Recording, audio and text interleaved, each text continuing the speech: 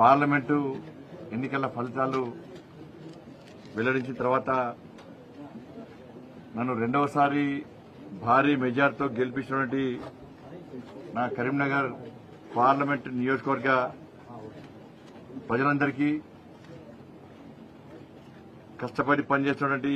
కార్యకర్తలకు, నాయకులకు, సహకరించినటువంటి మీ అందరు కూడా, పాత్రికేయ మిత్రులకు కానీ, ఇలా ఉద్యోగులు కానీ, కష్టపడి పనిచేస్తున్న ఉద్యోగులు కానీ, అన్ని వర్గాల ప్రజలకు ప్రతి ఒక్కరు కూడా హృదయపూర్వక కృతజ్ఞతలు, ధన్యవాదాలు.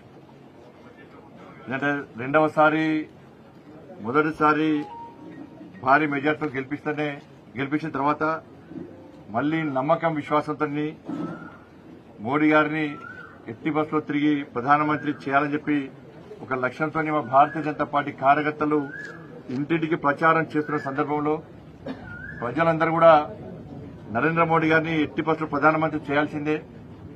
ఈ దేశానికి నరేంద్ర మోడీ గారి అవసరం ఉంది, ఈ దేశం రక్షింపబడాలంటే, ఈ దేశం ఈ దేశం అభివృద్ది చెందాలంటే, తెలంగాణ రాష్ట్రానికి నిధులు రావాలంటే, కరీంనగర్ పార్లమెంట్ ఇంకా అభివృద్ది చెందాలంటే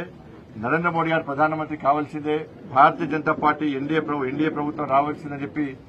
ప్రజలందరూ కూడా మోడీ గారి మీద విశ్వాసం, నమ్మకంతో ఈరోజు నేను ఇంత భారీ మెజార్టీతో నన్ను గెలిపించడం చాలా సంతోషం. తెలంగాణ రాష్ట్ర వ్యాప్తంగా